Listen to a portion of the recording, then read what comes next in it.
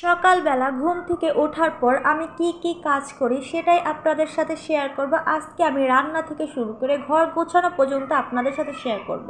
তো hello everyone, আসসালামু আলাইকুম। সবাই কেমন আছেন? আশা করি সবাই ভালো আছেন। এই যে আমি ডালটা আগেই ভিজিয়ে রাখলাম, কারণ আজকে ডালের বড়া বানাবো। এই জন্য এই যে লাল শাকের গুঁড়া দেখতে পাচ্ছেন, এগুলো আমি শাক বেছে লাল শাকের গুঁড়াগুলো রেখে দিয়েছিলাম মুরগির জন্য। এবার আমি মুরগির ঘরে চলে গেলাম। প্রথমে হচ্ছে আমি টাইগার মুরগিগুলোকে এই লাল শাকের গুঁড়াগুলো দিব, ওরা খেতে থাকবে। তারপর হচ্ছে আমি দেশি মুরগির জন্য নিয়ে যাব।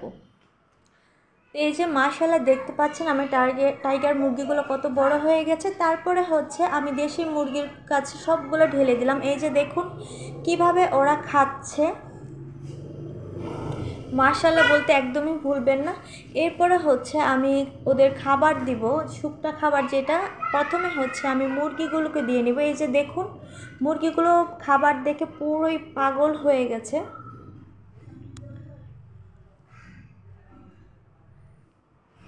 তো এরপর আমি কবুতরগুলোকে দিয়ে দিব। এই যে কবুতর এখানেও দেখতে পাচ্ছেন। তো খাবার ওই যে উপরে দেখতে পাচ্ছেন যে মুরগি ডিম পাড়তে বসেছে। যাই হোক, খাবারগুলো দেওয়ার পর আমি পানি দিয়ে দিলাম। এবার হচ্ছে আমি নিচে চলে যাব। নিচে চলে যাওয়ার পর এই যে আমি সামান্য কিছু খেয়ে নেব। এটা হচ্ছে পাকা আম। আর রুটিটা কিন্তু আমি নিজেই সকালে বানিয়েছিলাম, সেগুলো হচ্ছে আপনাদের সাথে শেয়ার করিনি। তো এভাবে খেতে কিন্তু আমার অনেক ভালো লাগে। কারা কারা রুটি দিয়ে আম মানে এভাবে খান আমার মতো জানাবেন। তারপরে হচ্ছে আমি চালটা একটু ধুয়ে দিলাম, ভাত বসিয়ে দিয়ে এবার ঘর আমি গুছাবো। এই যে দেখতে পাচ্ছেন আমি চালটা হচ্ছে ধুয়ে নিলাম। এবার চুলায় বসিয়ে দিয়ে আমি আলু দিয়ে দিলাম, কারণ আলু ভর্তা করব। আর হচ্ছে বৃষ্টির কারণে এই যে দেখুন আমার কোনো কিছুই শুকায়নি। জামা কাপড় ধুয়েছিলাম, কোনো কিছু শুকায়নি। আর ঘরের অবস্থা তো দেখতেই পাচ্ছেন। এই যে দেখুন জামা কাপড়, এখানে জামা কাপড়, ওখানে জামা কাপড়। তো সব কিছু আমি একটু সুন্দরভাবে গুছিয়ে নেব। যে ডাইনিংয়ের অবস্থাটাও দেখতে পাচ্ছেন। আমি রান্নাও করব, ঘরও গুছাবো একসাথে। তো এই যে বেসিংয়ের অবস্থা খুব খারাপ, কারণ হচ্ছে আমি একটা ফেস প্যাক বানিয়ে দিয়েছিলাম, মুখ ক্লিন করার পরে এরকম হয়ে গেছে। তো এই শুকনো জামা কাপড়গুলো আমি এখন ভাঁজ করে নিব। তো ভাঁজ করা হয়ে গেছে। এখন প্যান্টের পকেটে দেখি কোনো টাকা পয়সা আছে নাকি। এখন যে দেখুন 1,00,000 টাকা। যাই হোক, টাকাটা টাকা তো যাই হোক। এখন হচ্ছে আমি বিছানাটা গুছিয়ে নিব। বিছানা গুছানো হয়ে গেলে এখন আমি হচ্ছে রান্নার কাজে চলে যাব। এই যে দেখুন পটল ভর্তাও বানাবো। কিছুদিন ফ্রিজে পটলগুলো ছিল, একদম কেমন হয়ে গেছে দেখতেই পাচ্ছেন আপনারা।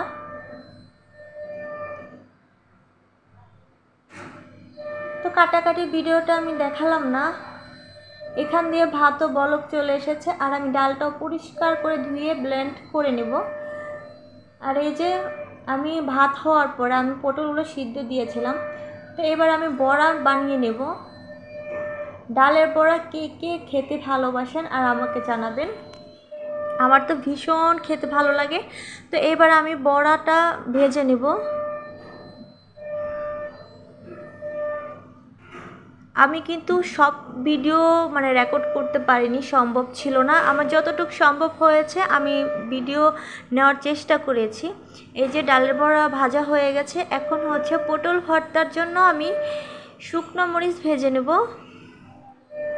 আর শুধু ভর্তাই হবে, তো একটা কাঁচামরিচও দিয়ে নিলাম। আর কাঁচামরিচটা দিলে কিন্তু খেতে অনেক মজাদার হয়, মানে ঘ্রাণটা অনেক সুন্দর হয়। তো এইভাবে পটল ভর্তা কারা কারা করেন সেটাও কমেন্ট বক্সে জানাবেন।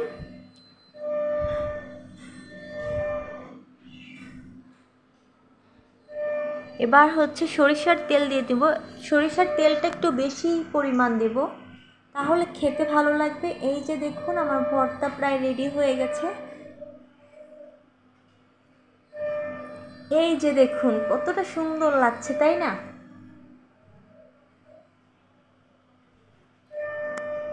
এটা খেতেও কিন্তু বেশ ছিল, তাই ভালোভাবে একটু বেশি করে দেখালাম। তারপর হচ্ছে আমি আলু ভর্তাটা বানিয়ে নিব। আর আলু ভর্তা সবাই বানাতে পারেন, মানে বানাতে পারেন আমি জানি সেটা, এটা বাচ্চারাও পারে।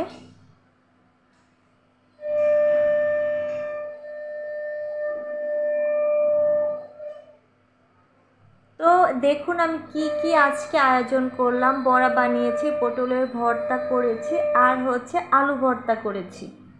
তো এই 3 আইটেম দিয়ে আজকে আমার খাওয়া শেষ করব।